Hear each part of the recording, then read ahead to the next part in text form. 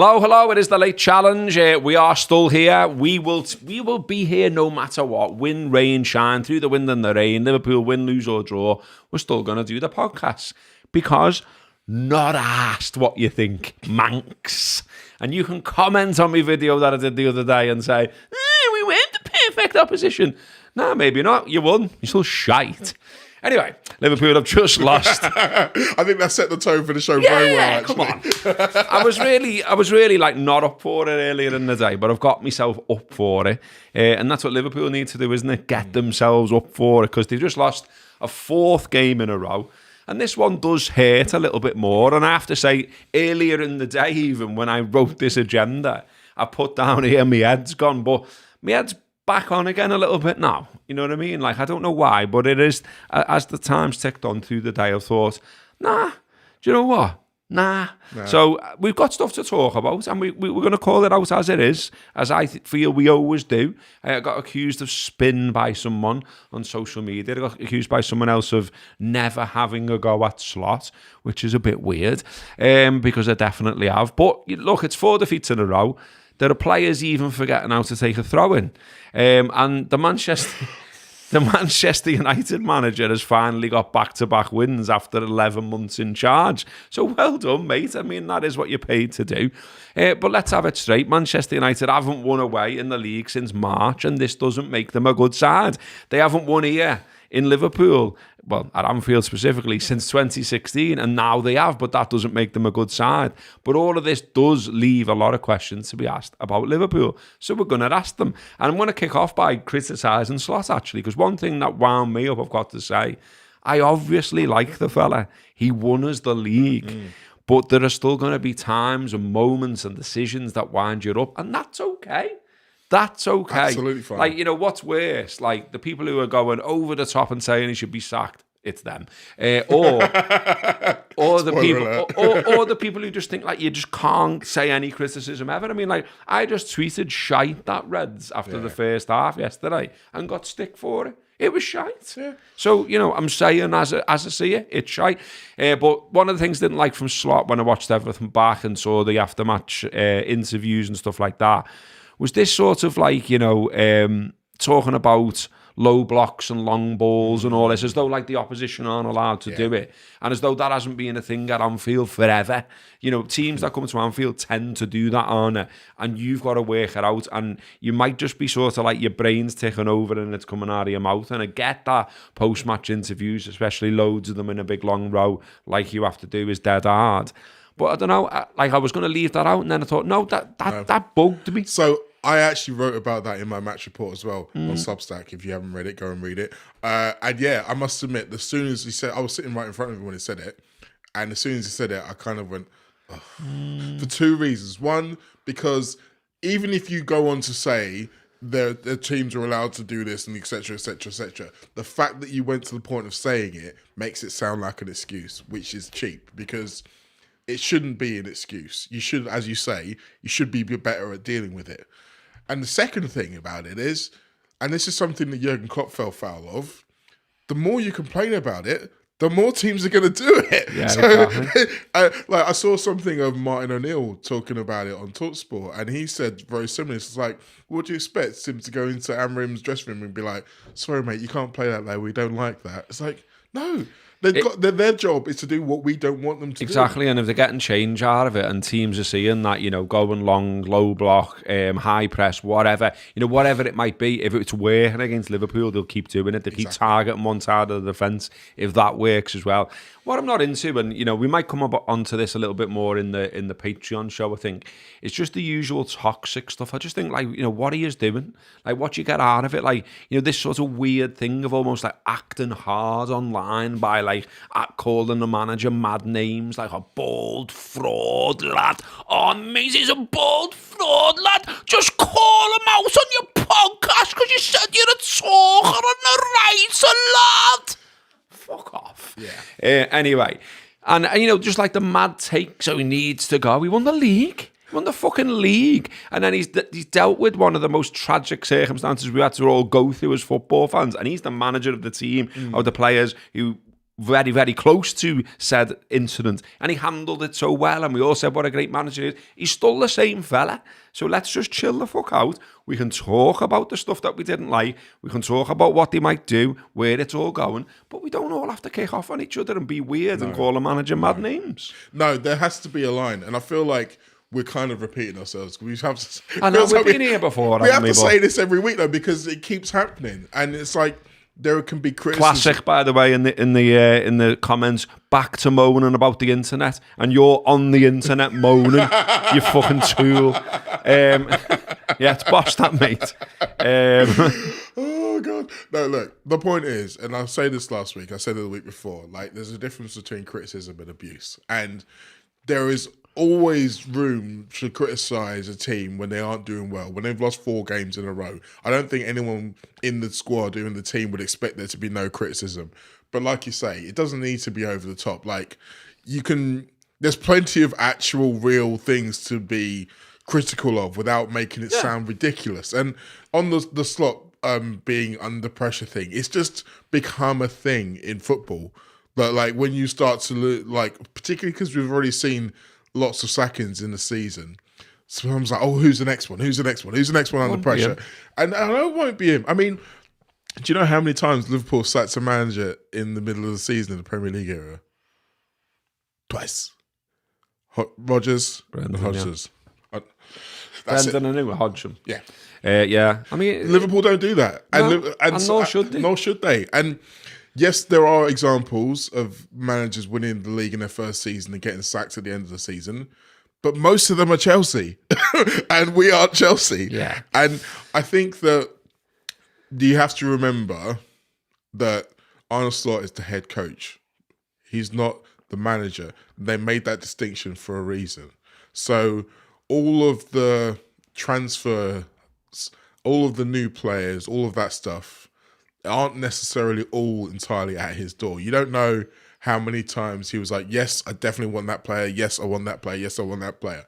So it might be that he's been given a recipe and now he's got to work out how to turn it into a cake. And at the moment, it's not a cake. It's a bit of a damp flan. So I'm willing to give him a bit more time to work out what he needs to do. But that doesn't mean to say that, like you say, some of the things that he's done already aren't questionable. I mean, we're going to come on to team selection, I imagine, at some point. Yes, indeed. But I think you get to a point where if you're seeing the same things with the same people, maybe some things need to change. But that's the same with every manager. That doesn't necessarily mean they need to be sacked. Like, do we just forget that some of the greatest managers of all time had bad periods, went through rough patches, and came out the other side because they are good managers? So let's not go crazy. I do also wonder, by the way, whether or not everyone would be a little bit calmer about the situation if it wasn't 7 wins, 4 defeats. If it was kind of like 2 wins, defeat, 2 wins, defeat, that kind of mixed it up. So it wasn't all and then nothing. But anyway, that's just the nature of humans, I guess, isn't it? Yeah, I mean, even the comments today are already doing me out of 3 Sooners, 4 Roy Evans. Yeah, okay, mate. But yeah, Roy Evans left of his own accord. By the way, he didn't get sacked in the middle of the season. Anyway, does it even matter? The point, we're trying to do a podcast and you're just being a smart ass in the comments. But look, I just wanted to say as well, look, this is Liverpool's 4th successive loss. We all know that. Worst sequence of results since 2014. So it just didn't happen at all under Klopp. That happens under Brendan Rodgers. We are, of course, 4 points behind leaders Arsenal now. They did what Arsenal do, which is keep it tight at the back, give nothing away and score a set piece. Okay, they keep doing it. I keep saying it's not sustainable, and apparently it is. But we shall see. Now the Reds are 4th. Sorry, are we 4th or 3rd? Well, it's level. So same goal difference, same goal scored, and all that. I felt like I seen it was 4th, and then I earlier seen it was 3rd. I think it depends because they're so close. Like Liverpool and Bournemouth got same points, same goal difference, same goal score, same goals against. So some people have done it on alphabetical. Okay. Some people have done it on the fact that Liverpool beat Bournemouth, so they're ahead of them. But I get it. Okay. Well, either way, 5 clubs are also within 2 points of them, so that's worth saying too. So, like, if this goes on, it can't go on like this. It can. We could well be, plummeting down the table a little bit more. So it does obviously need to be arrested, sorted, and all the rest of it. But there's no polishing this turd. Losing 4 matches in a row when you are a supporter of Liverpool is shite. And if Liverpool lose for the 5th time in a row against Frankfurt in the week, it would be the first time that's happened since the 50s. Now, as soon as I seen that particular stat today, I was like, I feel like the last time we were quoting bad statistics about the 50s was Roy Hodgson. Now, let's not go back to them days, please. Surely not. And also, I saw a very mad stat earlier from the master of stat, Andrew Beasley. We always give him a shout out. He always says thanks as well because he's obviously very polite as well as sound and all the rest of it. Subscribe to his Substack as well while you're on. Yeah, subscribe to everyone's Substack. Mine, Mo's is. We're all on there. But he said, and this blew me mind, the Reds XG was just 0.02 below the total they posted when they beat Man U 7-0. So it just shows you, doesn't it? I mean, like, you all saw what happened. You all saw they hit in the post and the missing sitters and all the rest of it. We'll talk about it. But I just wanted to hark back for a moment to A, a great time it was to be a Liverpool fan, and B, I mentioned last week that I was going to give something a shout this week, and here it is. For those watching live and on video, I'm stripping off. And look at that. Liverpool 4. Can you see it? Liverpool 4, Barcelona 0. You have to work out how to do that and that at the same time. I know, yeah. But this is a lovely T-shirt made by Fran, who is also known as Terrace Ultra. And I love his stuff because you have all little details like that. I believe he calls that the scallywag, which is like his little logo. But you'd also have like little things like, I'm not going to show you that bit, but it sort of says handmade by Fran in a little label there. But on the back, so he's basically he's done a series of T-shirts for the 6 European Cups, and the one I'm wearing relates obviously to 2019, and as he's called it on his website, Gareth Roberts' unforgettable "fuck you" rant. Now you may well remember that back in the day, then I was obviously part of the Anfield rap. And after beating Barcelona 4-0 at Anfield, I walked over to Taggies, I did the post-match pint, and part of my rant to open the show was, who the fuck are you trying to kid? You come here in your fucking luminous kits, thinking you're the kings of the world, and you're going home with your tails between your legs. Luis Suarez, fuck off. Phil Coutinho, fuck off. Messi, fuck off. All of you, fuck off. This is why we're Liverpool Football Club. But great days, and these are great T-shirts, and I do love them. I love a Liverpool T-shirt that is well done, well crafted, great idea, and Fran's stuff genuinely is always that kind of stuff. So check out his site, terraceultra.com, and like I say, there's a series of T-shirts for each European Cup from different fans with the quote. The quote's just on the back here, sort of in the neck area, but See, I won't normally I would take the piss out of you for wearing a T-shirt with your own quote on the back, but it is such an iconic moment. Yeah, and it's a Boss T-shirt, and Fran sent me it, and you know what, he asked if he could do, and I was like, mate, I'd be honoured, because I honestly, like, I'm not just saying it, like, I think his stuff's boss. So do, you come here, someone's reminded me there in the comments, you come in here in your luminous kit. But yeah, check them out. Check out his stuff. His stuff's boss, and it's not everyone's got them on either, which I think is always a good thing. So like you're not going to see millions of them at the match either. It's like he hand makes them. So anyway, check them out. That's a big enough plug for Fran. I'm sure he'd be grateful of. I'm gonna move into talking about the stuff again, which is I'll put my trackie back on. I mean, it's got cold all of a sudden. Back to reality. Now we're looking at my T-shirt, which, by the way, was not an accident. It's very much how disappeared. How I'm feeling right now. That's how I felt this morning as well. Yeah. For those listening rather than watching, he's got the Homer disappearing into the bush meme type situation going on. But anyway, team selection. So we just talked about something there, and you said we've talked about this on the show before. Well, we talked about this last week on this show where we said, other side of the international break, when we play the Manx, the only midfielder who's going to have non-international break affected legs is Curtis Jones. So play him then. Yeah. And then he didn't play him. And he played McAllister, who not only has a track record of not being that good the other side of an international break, has also not been on form and was also essentially last back. Yeah. Because he was basically playing at something like 1 o'clock in the morning on Wednesday in the United States.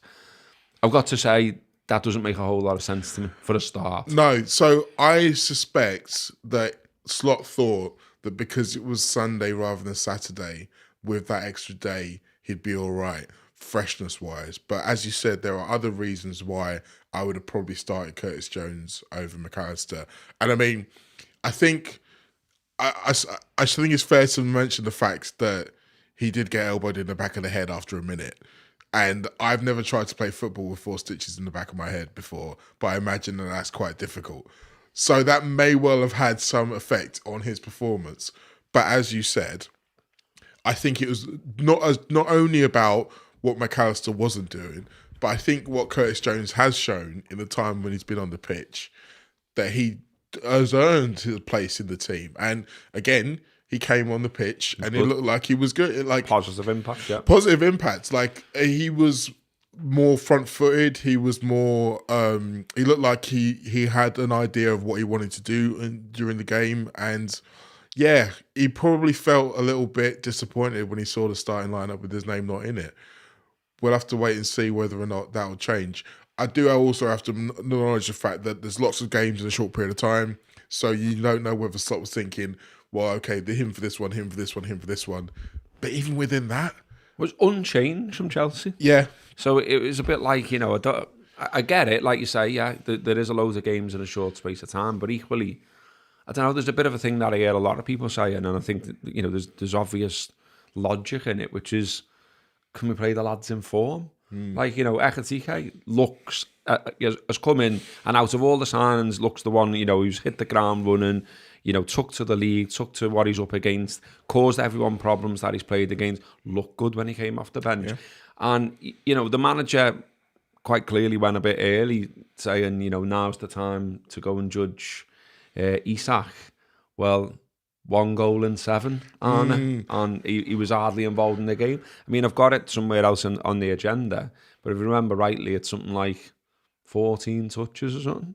He was hardly in it. No, he wasn't. And you have to, again, think back to last season when we were saying similar things about how the striker wasn't getting hardly any shots off and wasn't getting many touches. But then it didn't matter so much because the guy to the right of him was banging them in left, right and centre, and that was the guy to the left of him.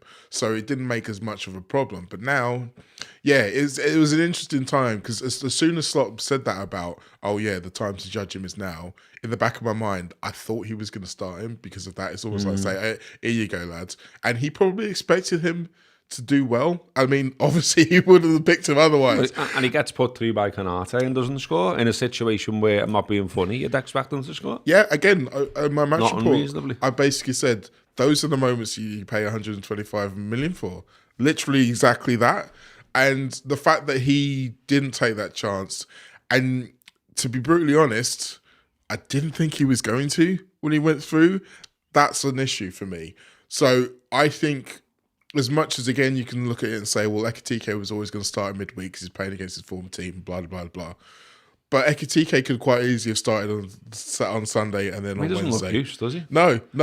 And there's nothing wrong with him starting 2 games in a row and then Isak coming off the bench if it's not working, or after half an hour, with half an hour to go or whatever. But yeah, I'm like you. I think you can have a grand idea, but you also have to, at times when confidence is low and when there's so many players who aren't playing well, have as many of the ones who are in your team as possible.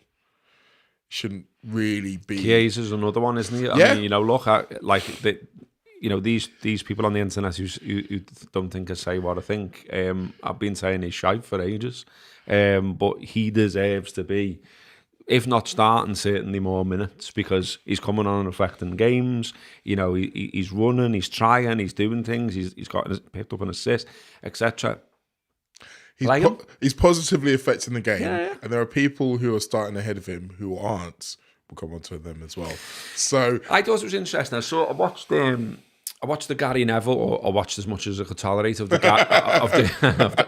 of the Gary Neville podcast earlier as well with Carragher, where they just do it immediately after game. And he was saying that when he saw the lineups, probably more in reference to how United were lining up, but I said we've got no chance. And he said he was getting like text off, United fans and that, and they didn't rate the chances. No. Now this sort of brings us on to, how Liverpool started the game. Now, obviously, we've conceded after 62 seconds. So, someone in the comments there saying, well, any plan goes out the window when that happens. I get that. But also, I just think the general slowness of how they started the game, I was like, what am I watching here? Man United should not be allowed to be on any kind of front foot at Anfield in that game. We should be imposing ourselves on that game. And look, you can do the thing about McAllister head injury. Oliver should have seen it. All correct. You can see, when you watch it back, you can see he sees right in it. front of him. It's right in front of him. He's got no one impeding his view. So God knows why he doesn't give it. But as they pointed out on Match of the Day, there's a similar-ish one where it looked like Maguire had banged his slab head in an incident, and he didn't stop that either. Yeah. So, if we're talking about consistency, well, he didn't stop it for 2 head injuries. But either way, I mean, I get it. And I think the manager was right to raise that one.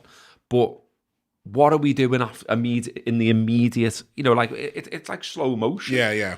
Like Virgil sort of like casually jogging back. He's blindsided by Mbeumo. And it's so easy for them to pass, for them to score. And you're like, how are you this switched off in a game? Why are you knocking it round? Like, I got a message off a mate saying, like, why are we starting games like walking football? And I don't get it. You should be bang up for that game. That was why I did a video saying this is perfect for us. Because I thought, if you're not up for it, what are you doing? It's Man United at home.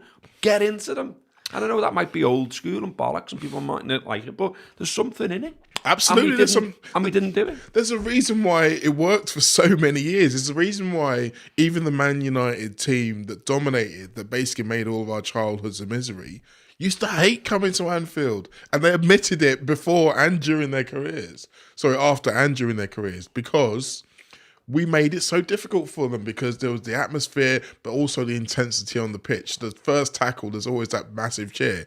And it didn't happen this time. And I don't know whether we've become too used to teams sitting back and letting us have the ball and just starting from there. Particularly Virgil, that almost seems to be how most games start.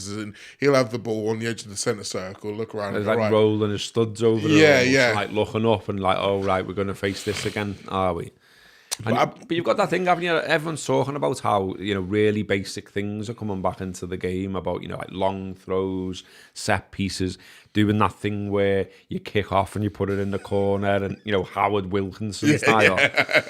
But they're working against us. What is it, 5 set-piece goals we conceded now? So second balls, I mean, that first goal is all about second balls. And I think there's an analysis that someone's done where United are going direct, and so they're basically going back to the keeper, which means we press up and then going long. So then when we head it back into midfield... Yeah, he's got like the lowest pass completion or something for the keeper, hasn't he? Because he's just booming it every time. But that means that when we head it back into midfield, all of our players are either up pressing the defence or back in our defensive line. There's a big hole, so they were picking up all the second balls. But to be honest, that used to be one of Virgil's superpowers. I've watched Virgil van Dijk hundreds of times in the flesh, and one thing that always used to amaze me was how often his clearing headers went to a red shirt. And I thought it was so remarkable, because no one else seemed to be able to do it anywhere near as consistently as he could. And it was just one of those genius things that he could do. Yesterday, there was none of it. Every single clearing header, not just from him, from everyone, went straight to them. And they took off from it. And they were expecting it. And they were ready for it. And it really did just feel like, for all the laughter we've had at Manchester United and their system and their structure and how it doesn't look like they know what they're doing or who's meant to be doing what, whatever, they had their game plan. You could see it, and it works. Well, and that's the thing. That's the thing. What I find so frustrating about us right now is I don't know what it is they're trying to do. I can't see the plan. I can't see the structure. I don't know what a Liverpool goal looks like. Yeah. You know, like if you watch Man City, like, you know, okay, it's Haaland and he's extremely difficult to stop. But you know what I mean? You know what they're trying to do. You can see what they're trying to do, and they score goals that are similar. And we used to say that about us, didn't we? Yeah. You know, like the front three, the patterns of play, the stuff that people couldn't stop and all that. Right now, there's none of that. No. I don't know what we're doing. And also, I just think, you know, there's just like this weird, there's like this chaos about us where we're all right in moments, do you know what I mean? Like there's bits of play where you think, oh yeah, or bits of skill, but as a structure, as a machine almost, it's just not there whatsoever, is it? No, and a lot of the good moments yesterday came from either counter-attacks from when United committed loads of players up and we had a bit of space to run into, or something where in the second half of the game where we just had loads of players on the pitch and it just became a bit wild and open. And like you say, none of those are kind of things that you suspect to be repeatable. And even Slot said on Friday, he said that last season, a lot of Liverpool's goals in the early part of the season came from a moment of magic from one of their players. And then in the second half of the season, it's mostly set pieces. But, I mean, should you be relying on moments of magic? Like, can you rely on moments of magic? Or, like you say, should there be more of an idea of what we're trying to do? And I get it. There are so many new parts and it's all trying to figure itself out. And they're all going to be doing that at different speeds. And you do expect it's going to get better. But it needs to get better quicker than it has been.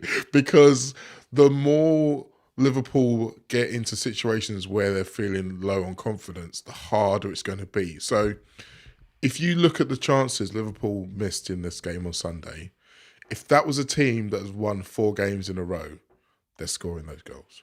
Like even Gakpo, and like Gakpo was unlucky, I think, with both the ones that hit the post. I'll give him that. They both go down. The headers, yeah. Yeah, I agree with you on the post ones. I watched those back today, and I thought, you know, the good efforts. That I don't think you can look at them and say that's shite. Do you know what I mean? Like the first one where he's through, and you know you can see what he's trying to do. The other one's a beauty, like it'd be a boss goal. If the one that absolutely thumps the post. I mean, Slot said, didn't he? He almost missed the one he scored. There's a mini moment of panic written on his face that you can see, even though he's so close in. But that header, fucking hell, and like the Salah one as well. You know, I've got that down to talk about because honestly, that's cop end. It's right in front of us.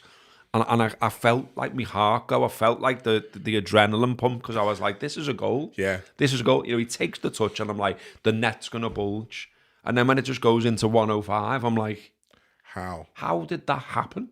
I believe there's a video of Curtis almost like celebrating because he's obviously felt similar. Yeah. And you know, and I'm sure everyone will take the piss out of that, but You've seen it so many times. Yeah. It's so real. I mean, one of my mates was saying today, you know, it could have even squared to Vert. There's no chance of that. But I just expect them to bury it because there's a if you watch it back on Match of the Day and you just pause it on your telly.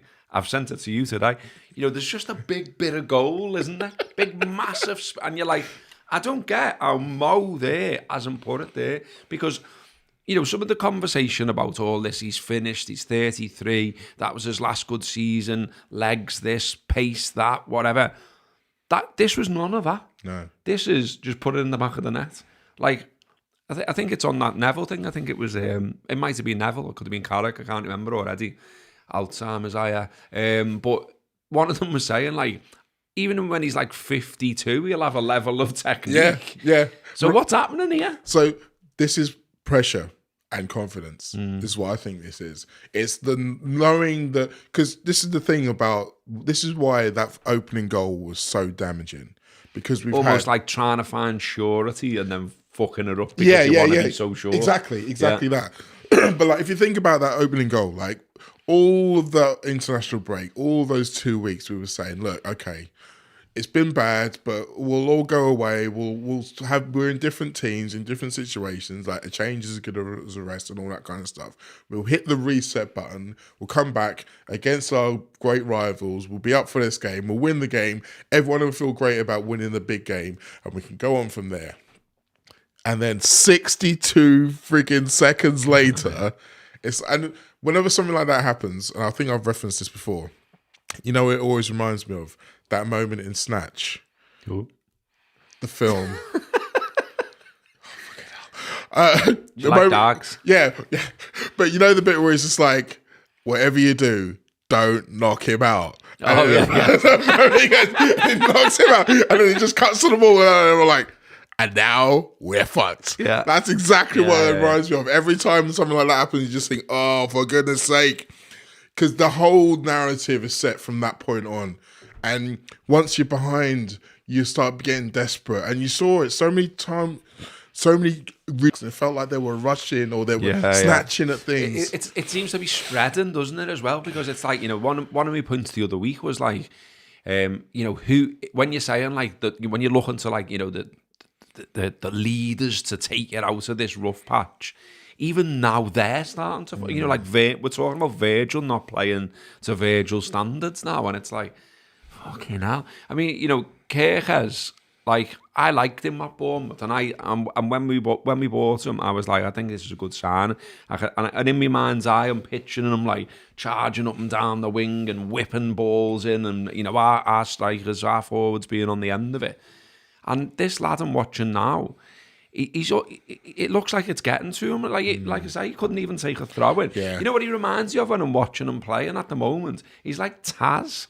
He's just like, wow, wow, wow. You know what I mean? And he's just like, you know, he can't even fucking take it. Like, trying to take the throw in dead fast and just like bouncing on the floor. And you're like, lad, calm down. Fuck down. But it's easy to think that. But a 21-year-old who, to be fair, the only time he'd been at a big club was AC Milan, and it didn't work out for him. Has come back to another big club, and he knows the pressure's on because he knows how great Andy Robertson has been, and the team's not quite there, and he's been asked to do different things. He's clearly been asked to do different things than he was doing at Bournemouth, and you put all those things together, and you get a lad who doesn't feel confident in himself, and his way of manifesting it is to look like he's a bit out of his depth. Few people saying about Sunderland. Hello? The lads behind the screen are going to have a little look. Is this thing on? They said it sounds all right there. Oh, and Acid Bronson has got fine sound.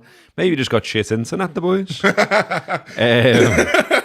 But no, my point about Kirkes is that I think as a manager, you can say, I want you to be my first choice, but right now you need to take a little bit of a break. Because I do think it's getting to the point where it's doing him more harm than good to keep playing him and keep being in a similar situation. Thing is, though, like with that, I totally get the argument and sort of agree, but then it's not like, for me, that Robbo's absolutely battered the door down to be in. Because, you know, that goal at Chelsea, that was like a left-back who's not what he once was. No. Do you know what I mean? But like, I feel really horrible being harsh on Robbo because I fucking really like him and he's been fantastic for us. But that was a little bit like, I think it was always like, was it Paul Tompkins always used to write about like, if you regard like a player as like a piece of ice that slowly melts.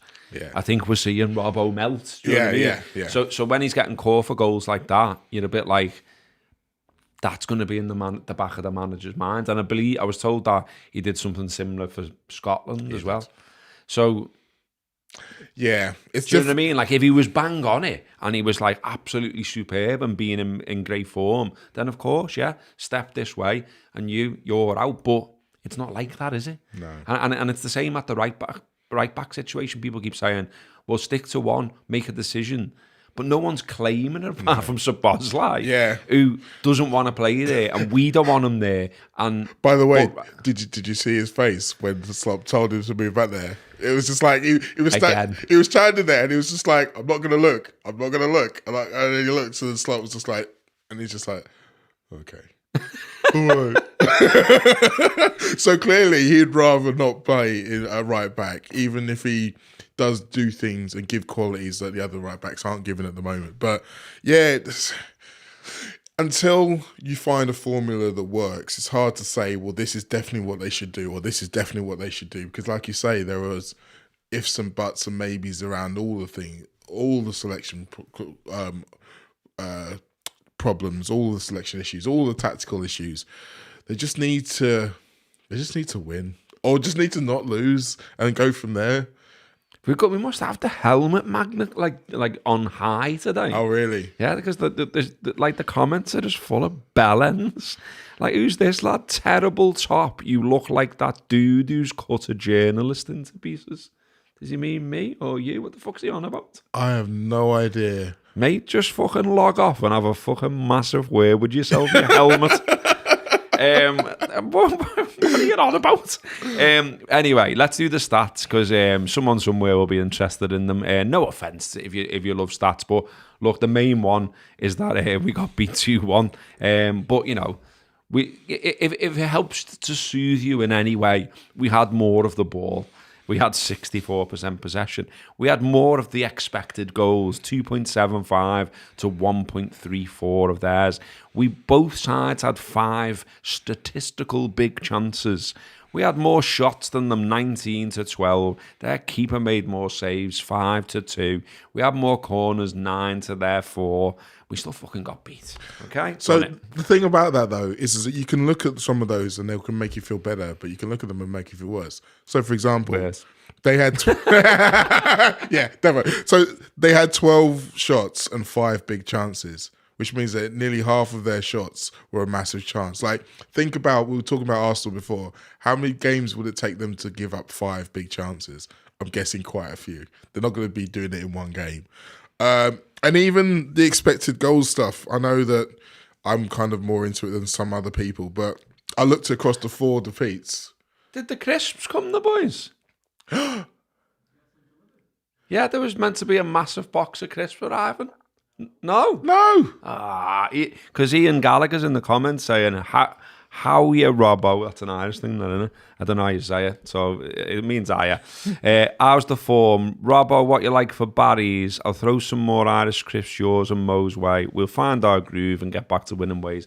It's right, lad. I'm actually all right for Barry's. I bought a massive box off Amazon. It's still going. Anyone who's like really searching for them, you can get a massive box off Amazon. So yeah, I'm all right for them, Ian. But if you want to send some crisps to the studio, go for it, lad. I'm sure we still got some of my France batch. Yeah, we've still got them, haven't we? But we were due a massive import from the boss Elvis fella. Anyway, they'll turn up. Yeah. Also, Come on, Posty. On crisps, just out quickly. Roast beef and horseradish, crinkle cut, Tesco's finest. Oh yeah. And then McCoy's burger relish. No. See, that sounds interesting. I'd be interested in I was burger interested relish as well by the name, but no. Ah, boo. Disappointing. Log cabin. Oh, jeez. Eon equals Owen, apparently, so that's me fucking up me what's her name, me Irish again. Is it EOIN? Yeah. Yeah, that's Owen. Yeah, I always do that. I'm not Gaelic, so soz lads. I only know that because I've got a mate whose name is that as well. We just about got GCSEs and and so the idea that I can pronounce stuff in other countries, as you know, I'm shite at it. So soz, and he's sound as well. He sent me loads of tea and crisps in the past as well. How about some Shanky's whip, says Dave. Yeah, I've run out of that. Anyway, here's some more stats for you. These are defo depressing ones. So goals conceded at this point last season, 3. At this point now, 11. Set piece goals conceded last season at this point, none. 5 now. We'd had 5 clean sheets then. We've only got 2 now. Shots on target face both seasons. At this point, 26. Those staying out of the net then, 88.5, now only 57.7. I mean, it's just, it's a bit like, I went to Greece once and quite clearly I consumed something that didn't agree with me. And there was a point where it was coming out of both ends. Who were? And I didn't know what the best bit was to put on the bog. I went with me bum in the end. But you know, like what I'm saying is, like, we're conceding goals, we're not scoring them properly. You know, like it just seems this big massive storm of shit. Yeah. Where it's like I'm really glad I'm not Slot. I feel, you know what might just fix it? Like, maybe we could all just say, should we all just meet up outside the ground? Slot and the players as well. And we'll just all have a hug. We'll just all hug it out. Come on, lads. Look, we can do this. This is shit now, but... By the way, a big storm of shit is exactly why you always choose the arse in that situation you were talking about before, because you don't want to have to clean that up. No, I know. But it was one of them. It was one of them bathrooms with a plug hole, though, like built into the floor. And I feel like I was like, you know this happens, don't you? Yeah, just have a walk-in shower, go in there, and just let it all out. Anyway, I don't know what the answer is. Unfortunately, I hope that the people in charge have got a better grasp of what the answer is than we do. But I think the collective hug might not necessarily work for them, but it might work for the rest of us. Yeah, I think just to, calm themselves down. We've done loads of the show and hardly any of the agenda, so we'll just do the old school and roll it into the Patreon. Come on over to Patreon as ever. Extra shows, £4 a month, help us keep going up the rads. Some obvious stuff. The goals came at a terrible time, obviously. So the first one allows them to have the control that they wanted, sit in, all of that. Makes us nervous, makes players forget how to do throw-ins. The second was a real killer, wasn't it? Because it was just like, we did get momentum, we did go at them, we had a much better second half, and when that finally goes in, you felt like the stadium come alive, because like the atmosphere was a bit flat, especially for one of those games, because of that early goal, because of how we were playing, because of the frustration. It wasn't fiery, and then it really took off. When that goal went in, and it was like, we're going to win it now. Yeah, we're going to go on and win it. And then fucking Slabhead pops up, and Kanate's shit on that, by the way. So, yeah. No, see, I have some sympathy with you on this one, right? Because first of all, I think that we've slagged him off on so many different occasions. It's probably best to mark the fact that I thought that he played well yesterday. I thought he was our best defender yesterday. The reason why I give him a low bar. Yes. The reason why I give him a teeny bit of credit, because I rewound the shit out of that second goal, because it was doing my head in as well. And the reason why, so he's a fraction slow coming back out.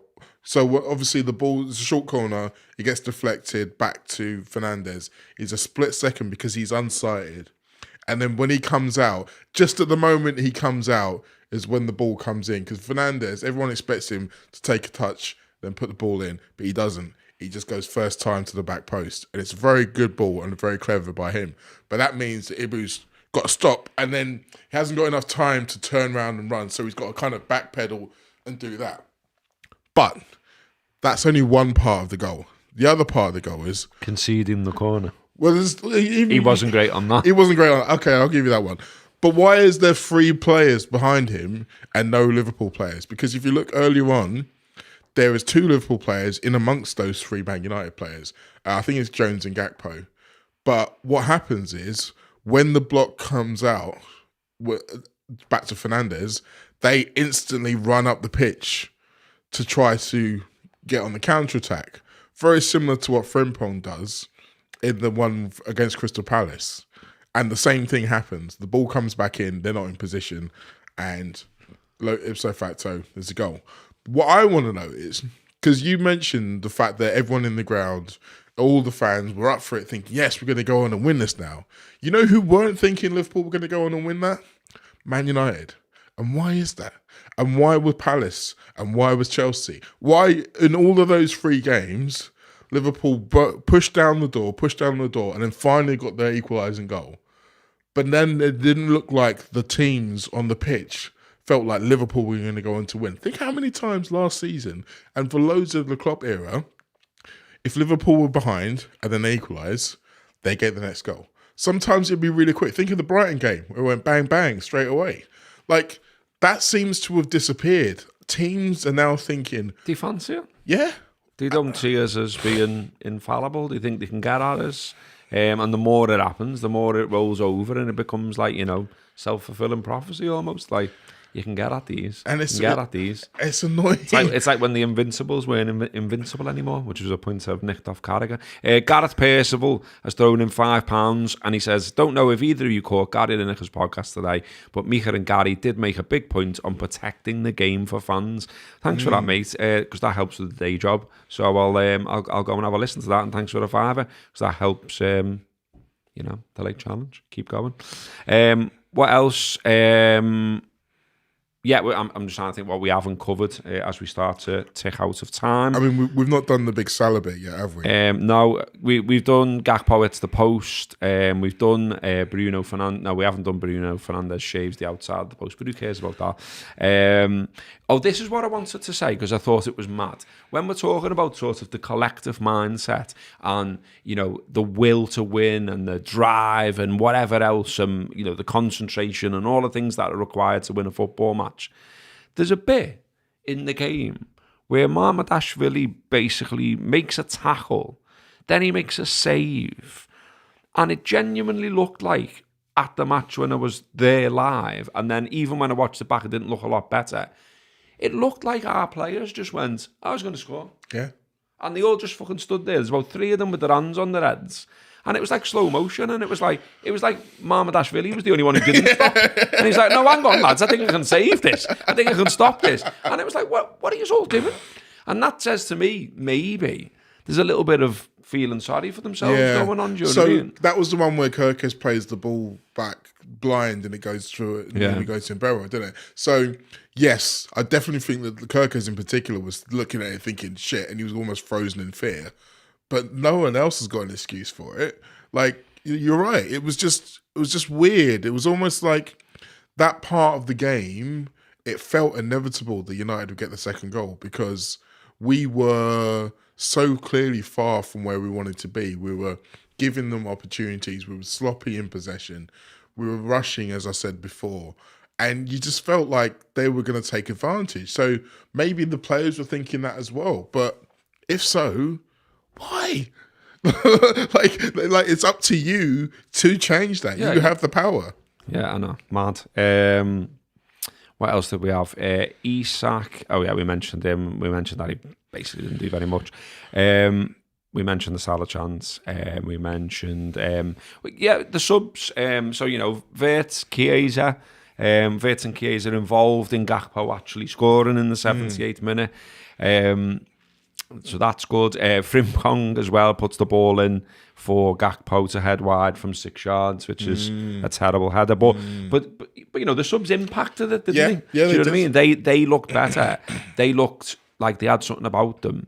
And so are they not now in contention to be in the side when we play Frankfurt? I hope so. I mean, again, going back to what I was saying before about all of the games in a short space of time, I'd have imagined that some of them would have been penciled in to play that game anyway.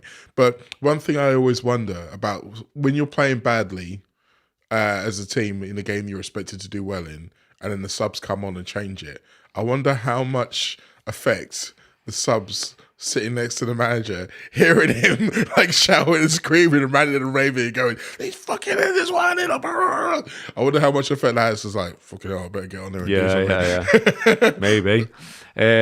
Thanks also to John Oakes, who's thrown £10 in, and he simply says, "We'll be sound, lads." Hey. I like that. I do. Stephen Brown also, shout to him, who says, "It sucks losing to United, so a late winner, but I think we played pretty well in the second half, so I'm encouraged by the performance." But then Paul Milligan, for a bit of yin to the yang, says, "Liverpool have been bang average since the season started." So here's my thing on this, right? And like I was saying before about the 7 wins and then 4 defeats makes it look worse than it is, right? Liverpool haven't drawn any of their 11 games this season, but could have feasibly drawn all of them. If you think about it, like it's only the Bournemouth game that's decided by more than 1 goal either way. And I think 9 of the 11 games were drawn going into the last 10 minutes. So it's not Liverpool haven't been battered or they haven't been battering teams. It's always been that fine line between failure, and success. And you can use that to make yourself feel better, but you can also say, well, maybe we need to widen that line between, maybe we need to, be in a better position so we're not hanging on for dear life at the end of every Well, that's game. back to the control thing, isn't it? And about having a bit of an idea of what we're doing and maybe a settled side and things like that. But at the moment, it just feels like he's absolutely throwing shit at the wall to try and win games at times. And then he even says himself later, doesn't he, that, because he'd thrown shit at the wall and had 6 or 7 attacking players on there, we then weren't maybe as able to defend as well as we should do. So it's all this like balance thing that is not quite there, but really does need to be there soon, just for my mental health, if nothing else, Arne. But yeah, Salah, we were going to mention Salah. I mean, it's all stuff that you already know. He's gone 7 consecutive Premier League appearances without scoring a non-penalty goal for the first time in his Liverpool career. And even the sight of his favourite opponent could not rouse him. And him coming off when we needed a goal, well, it was only the other week that the manager was saying, you don't really do that. And now he is doing that. And he took Isak off as well. Now, I just wanted to get, before we go on the free show and continue into the Patreon, I just wanted to make a little point about this, see what you think about this. So I pulled the stats for the attacking players. So Mo Salah has 3 attempts on goal, 1 on target, 1 big chance. And you know what that was. Pass-wise, he completed 73% of his passes. 10 were in the attacking, 10 successful in the attacking third out of 13. No assists. Created 4 chances though, which was actually the best on the pitch, whether we like it or not. And one of those was a big chance. Now this bit, defensive-wise, no tackles, no interceptions, no blocks, no clearances, no headed clearances, no aerial duels, no block crosses. Oh, sorry, 1 aerial duel he lost. Blocked, no block crosses. Gakpo, 5 attempts, 1 goal, twatting the fucking woodwork every 5 minutes, etc. and so on. His passing 77%, no assists, 3 chances created. Defensively, no tackles, no interceptions, no blocks, no clearances, no headed clearances, no aerial duels, no block crosses. Isak, 2 attempts, 1 on target, 1 big chance. Again, you know what that was. Defensively, Isak, no tackles, no interceptions, no blocks, 1 clearance, 1 headed clearance, no aerial duels, no block crosses. Is passing 63.6%. 11 passes attempted, 7 succeeded. Literally not in the game. But my point being, I was listening to the old Klopp fella today, because there's a big, massive 2.5-hour podcast out there. So whether you can tolerate the fella interviewing him for that time is up to you. But I mean, I love Klopp, always will do, and so I've ploughed through a big part of it already when I was on my walk this morning, and it was just really good to listen to him. And I don't know what my point is here. Oh, he was going on about, so what was interesting was going on about his impact when he first come into the club and what he was saying to them and how little time he had to influence and stuff like that.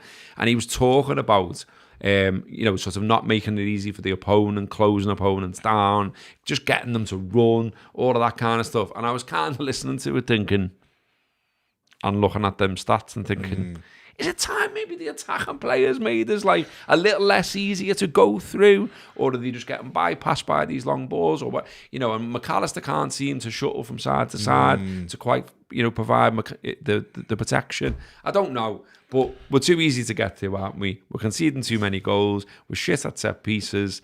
We're blowing chances at the other end, and I don't know what the answers are. Okay, bye. No, you're right. I think at times when it's tough, you want everybody to look like they're mucking in and they're doing everything they can. That's kind of the element you want. And even Ekitike, I thought, he has an attacking impact, has a couple of efforts and all the rest of it. But I thought he did that thing of, if you're not getting involved in the game, being at that end of the pitch, you drop a little bit deeper and get yourself involved and try to have an impact. Isak doesn't do that. Salah doesn't do that. So Chiesa was on the pitch 14 minutes and won 2 tackles. Like, here you go. It's there. I'm going to end up wearing a fucking t-shirt, aren't I? He's going to fully turn it round, and everyone's going to be throwing clips up. Remember you said he was shit? Remember you said we should get rid of him? But look, this is the whole point. On, it's like everyone can change their mind when new information becomes available. But to go back to the original point, yes, I do think there's an effort thing to go. Think back to Klopp. Who was his favourite player, or who was his most used player? Roberto Firmino. Like, what was his superpower? It was hassling and harrying everyone else. He was, and it's not a new Liverpool thing. No, Russia did it exactly. Yeah. And then even speaking of players who have been much maligned, Darwin Núñez, Luis Diaz, they were really good at that, and that's something that we lost. I mean, Diogo, it wasn't bad at that either. And I love do the tackle. Yeah, a little bit too much, you could say. But I think the thing with Salah, so there's been lots of focus on Salah and his lack of defensive work. What I would say to that is that that's been a constant. That's not what's changed. What's changed is that he's not doing the thing which allowed you to mitigate that, i.e. scoring goals and assisting goals. So that was always going to be the plan. But by the same token, you can only really afford to have one of those. You can't have three. And to be fair to Gakpo, normally he does look like someone who does put it in, but the stats-wise, clearly says that he didn't do it in this game. But yeah, I look at Isak and you have to say that, yes, probably not. He will probably tell you he's not at his 100%, but I'm hoping that that's still true, because if he is at 100%, then he probably needs to do a bit more pressing work. Yes, indeed. Jack McLaren has thrown in £4.99, and he says, do you think Klopp saying he'd go back to Liverpool, spoilers, that's in the interview, puts any pressure on Slot? I mean, probably in terms of people will pick it up and talk about it. He'll get asked about it tomorrow. He might get asked about it. People will write pieces about it. But in terms of, like, you know, FSG deciding to go back for Jurgen because they've had enough of Slot, nah. No. Absolutely not. We should probably wrap up, but there are a few other things. Well, you know what? We'll just throw them into the Patreon, because Patreon, I think, is going to be a bit of an old school mishmash today, where we talk about lots of different things, including football. I've still got some what the fuck aspects of the United game to talk about. We've got your tweets to talk about, because plenty has sent them to us today. And also, I want to talk about on Patreon what's up next for Liverpool in terms of the fixture list. But before we go, I should mention once more that I am walking at least 5k a day for the campaign against living miserably. Calm. They do some fantastic work to not only talk people out of suicidal situations, but help people who are affected by suicide in any way. Lots of fantastic work, and every £12.20 raised is potentially a life-saving call. So as it stands, I've raised about 2,600 quid. I'd quite like to hit £3,000 now, I've got to say. So I'm walking at least 5k every day. Most days I'm walking 4 to 5 miles to just make sure. I've been getting them in with a hangover. I've been getting them in when it's raining, when it's windy. I will continue to do so. I won't let you down. I am going to walk that walk every day for the rest of the month, because it's a fantastic cause. Thank you to everyone who was thrown in. It's been fantastic, the support for it. So the link is in the description. The link is also all over my Instagram, my Twitter, etc. And you can just look up Just Giving Gareth Roberts campaign against living miserably, 5k a day. Put all of those terms into Google and it'll kick it out. Now, on Sunday morning, I was awoken by a phone call from a friend of the show, who shall remain nameless, who said to me, Mo, you know, on the show last week where you said we need to find an outfit for Gareth to wear on the 31st day of October to try and get more subscriptions and more donations in. I've got the perfect outfit for him. And I was like, oh yeah. Literally woke me up out of my sleep. He said, I've heard it on very good authority that someone very special, who should also remain nameless, seems to think that you bear a passing resemblance to a certain Mr. James Corden. Wow. Now, Hi, Tom Werner. So, I mean, to be fair, I know people have been criticising your gear or even my gear. That jacket's not a million miles away from the kind of thing that old Smithy will wear in Gavin and Stacey. So Wouldn't know. I've never watched it because I think Corden's a bell. And when Tom Werner decided that I looked like James Corden, I said, no, I have absolutely not been compared to him before. Not only do I look nothing like him, I don't like him. I hate him. He does me head in. And he went... He's my friend. So, this meeting's got off to a crack. Beautiful, beautiful. So, yeah, let us know if you think that Gareth should get one of his old Sergio Tacchini zip-up hoodies, especially for the occasion. But don't mind wearing a Tacchini, but I'm not... I mean... Tom, time to go to Specsavers, lad. But anyway, do try and join us over on Patreon. Like I say, it's only £4 a month, £1 a show, £1 an extra show, whatever you want to look at it. That bit helps. All the people who throw in little super chats on here helps as well. There's a buy me a coffee as well if you want to throw in. None of this is free to do. We have to pay for the studio. We have to pay for us and our time, all of that.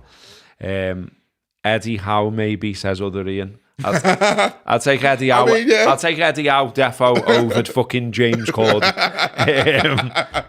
Not fucking James Corden. I definitely wouldn't do that. Anyway, should we get off? Should we leave it? Should we say it's the end of the show? You all thought we weren't going to be laughing at any point in this hour. Look what's happened. Well, hopefully it's cheered you up a little bit. Look, the Reds will be back. The Reds will be all right. We're just having a very sticky patch at the moment. But, this happens and you've got to keep going and you've got to keep supporting them and you've got to keep getting behind them because that's what we do. Right, okay. In a bit, that's the end of the free show. Hopefully see you over on the Patreon. And if not, see you here next week. Up the Reds.